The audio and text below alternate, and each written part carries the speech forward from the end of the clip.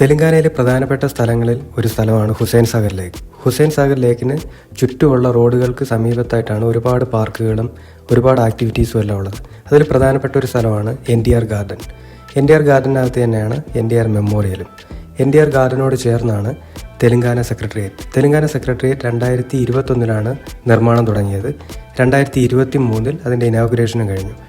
616 കോടി രൂപയാണ് ഈ സെക്രട്ടേറിയറ്റ് നിർമ്മിക്കാനായി ചിലവാക്കിയത്. ഈ സെക്രട്ടേറിയറ്റിൻ്റെ official name doctor BR Ambedkar Telangana state secretariat എന്നാണ്. ഞങ്ങൾ വണ്ടി പാർക്ക് ചെയ്തത് NTR മെമ്മോറിയലിനോട് ചേർന്നുള്ള പാർക്കിങ്ങിലാണ്. അതിന് കാരണം NTR മെമ്മോറിയലിലാണ് ഞങ്ങൾ ആദ്യം പോകാൻ ഉദ്ദേശിക്കുന്നത്. NTR ഗാർഡനിലാണ് NTR മെമ്മോറിയൽ ഉള്ളതെങ്കിലും രണ്ടിനും 2 എൻട്രിയാണുള്ളത്. അതുപോലെ തന്നെ ടൈമിങ്ങിലും വ്യത്യാസമുണ്ട്. NTR മെമ്മോറിയലിൻ്റെ ടൈമിംഗ് രാവിലെ 8 മണി മുതൽ വൈകിട്ട് 6 മണി വരെയാണ്. അത് മാത്രമല്ല, വേറൊരു കാര്യം ശ്രദ്ധിക്കേണ്ടത്, NTR മെമ്മോറിയലിനകത്ത് കയറുമ്പോൾ നമുക്ക് ചെരുപ്പിട്ട് NTR മെമ്മോറിയലിനകത്ത് കയറാൻ കഴിയില്ല. അതിന് ഈ ഗേറ്റിന് സമീപത്തായിട്ട് ചെരുപ്പ് ഊരിയിട്ടിട്ട് വേണം NTR മെമ്മോറിയലിനകത്തേക്ക് കയറാൻ.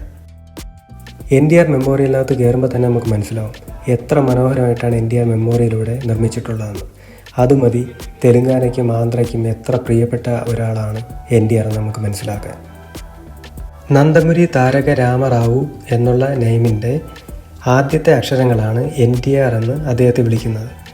സിനിമാ നടൻ, സംവിധായകൻ, നിർമ്മാതാവ്, തിരക്കഥാകൃത്ത്, എഡിറ്റർ, അങ്ങനെ പല മേഖലകളിലായി അദ്ദേഹം പ്രവർത്തിച്ചിട്ടുണ്ട്. അതുമാത്രമല്ല, 300-ലധികം തെലുങ്ക് സിനിമകളിലാണ് അദ്ദേഹം അഭിനയിച്ചിട്ടുള്ളത്. 2013 ഇന്ത്യൻ സിനിമയുടെ 100ാം വാർഷികത്തോടനുബന്ധിച്ച് CNN IBN ദേശീയ വോട്ടെടുപ്പിൽ എക്കാലത്തെയും മികച്ച നടനായിട്ട് NTRനെയാണ് തിരഞ്ഞെടുക്കപ്പെട്ടത്. ഒരു തികഞ്ഞ മനുഷ്യസ്നേഹിയും ആന്ധ്രാപ്രദേശിൻ്റെ രാഷ്ട്രീയത്തിൽ സജീവ സാന്നിധ്യമായിരുന്നു അദ്ദേഹം. 4 തവണകളിലായി 7 വർഷം ആന്ധ്രാപ്രദേശിൻ്റെ മുഖ്യമന്ത്രിയായിരുന്നു അദ്ദേഹം. NTR മെമ്മോറിയലിനോട് ചേർന്ന് അദ്ദേഹത്തിൻ്റെ കുറേ ചിത്രങ്ങൾ വെച്ചിട്ടുണ്ട്. ആ ചിത്രങ്ങളെ നോക്കി മുതിർന്നവരെന്നോ ചെറുപ്പക്കാരെന്നോ കൊച്ചുകുട്ടികളെന്നോ അല്ലാതെ ഒരുപാട് ആൾക്കാർ കൈകൂപ്പി വണങ്ങി പോകുന്നത് കാണാൻ കഴിഞ്ഞു.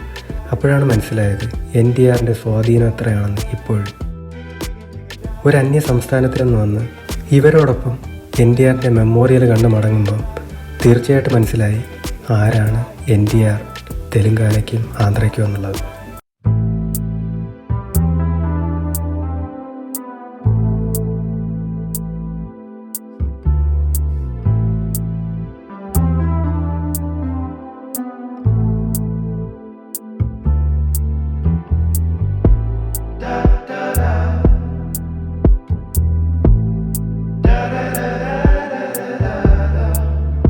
NTR മെമ്മോറിയൽ എന്ന് NTR ഗാർഡനിലേക്ക് ഏകദേശം ഒരു 100-150 മീറ്റർ മാത്രമേ ഉള്ളൂ. നടന്നു പോകാൻ പറ്റുന്ന ഡിസ്റ്റൻസ് മാത്രമേ ഉള്ളൂ.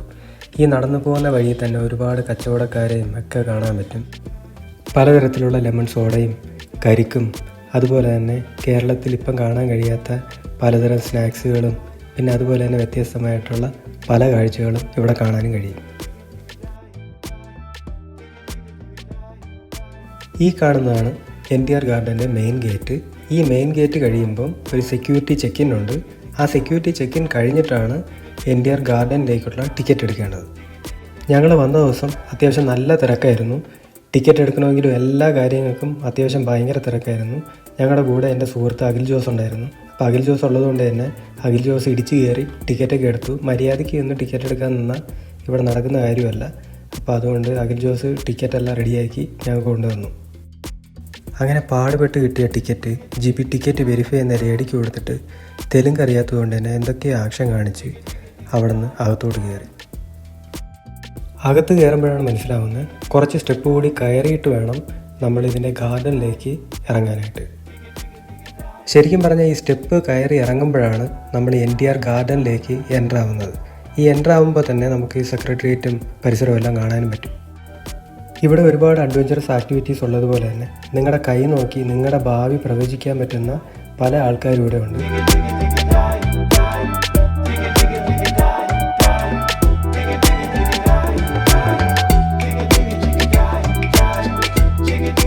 ഈ ട്രീ കണ്ടിട്ട് എനിക്ക് തോന്നിയത് ഒരു സ്മോക്കിംഗ് ട്രീ എന്നാണ്.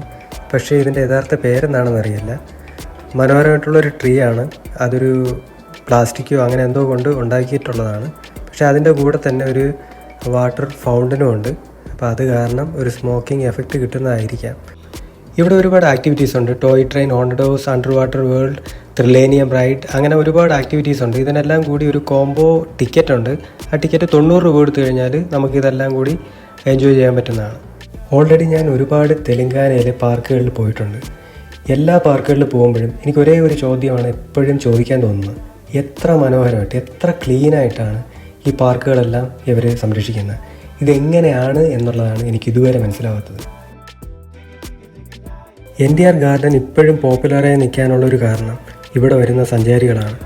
മുതിർന്നവരെന്നോ ചെറുപ്പക്കാരെന്നോ കൊച്ചുകുട്ടികളെന്നോ അങ്ങനെ എല്ലാ തരത്തിലുള്ള ആൾക്കാരും വന്ന് ഒരുപാട് സമയം ചെലവഴിക്കുന്ന ഒരു സ്ഥലമാണിത്. അതിന് കാരണം ഇവിടെ അത്രയും ക്ലീനായിട്ടും അത്രയും നീറ്റായിട്ടുമാണ് ഇപ്പോഴും ഈ ഗാർഡനെ മെയിൻറ്റെയിൻ ചെയ്യുന്നത്. ഇവിടെ ഏത് തരത്തിലുള്ള ആൾക്കാർ വന്നാലും അത്രമാത്രം എൻജോയ് ചെയ്യാൻ പറ്റി, അത്രമാത്രം റിലാക്സ് ചെയ്യാൻ പറ്റി മാത്രമേ ഇവിടുന്ന് പോകാൻ പറ്റൂ. നമ്മൾ സാധാരണ ഒരു വാട്ടർ തീം പാർക്ക് എന്ന് പറയുമ്പം ഒരുപാട് റൈഡുകളും ഒരുപാട് വാട്ടർ ആക്ടിവിറ്റീസും ഒക്കെ ഉള്ള ഒരു സംഭവമായിട്ടായിരിക്കും കാണുന്നത്. പക്ഷേ അങ്ങനെയല്ല. NTR ഗാർഡനെ സംബന്ധിച്ചിടത്തോളം ഒരു വാട്ടർ തീം പാർക്കുണ്ട്. പക്ഷേ ആ പാർക്കെന്ന് പറയുന്നത് വളരെ ഒറ്റ ഒരു റൈഡ് മാത്രമുള്ളൊരു വാട്ടർ തീം പാർക്കാണ്. എന്തായാലും ഞാനിതിനെ വായിച്ചത് മച്ചാൻ ട്രീ എന്നാണ്. ഇതിൻ്റെ വേറെ പ്രൊണൗൺസിയേഷൻ ഉണ്ടോ എന്ന് എനിക്കറിയില്ല. എന്തായാലും ശരി, ഒരുപാട് ആൾക്കാർ ഇവിടെ വന്ന് എൻജോയ് ചെയ്യുന്നുണ്ട്. എന്തായാലും മച്ചാൻ ട്രീ എന്നുള്ള പേര് കേട്ടതിൽ വളരെ സന്തോഷമുണ്ട്. വാട്ടർ തീം പാർക്കും വേറെ ഒരുപാട് ആക്ടിവിറ്റീസ് ഉണ്ടെങ്കിലും ജിബി തിരഞ്ഞെടുത്തത് വേറെ ഒന്നുമല്ല. വാട്ടർ തീം പാർക്കിന് അടുത്തായിട്ടുള്ള റിങ് എറിഞ്ഞ് സമ്മാനം അടിക്കാൻ പറ്റുന്ന ഒരു വകുപ്പ് എന്തെങ്കിലും ഉണ്ടോ എന്നറിയാൻ വേണ്ടിയിട്ടാണ് പുള്ളിക്കാർ നോക്കിയത്. പക്ഷേ ഒരു 10 റിങ്ങോളം എറിഞ്ഞു.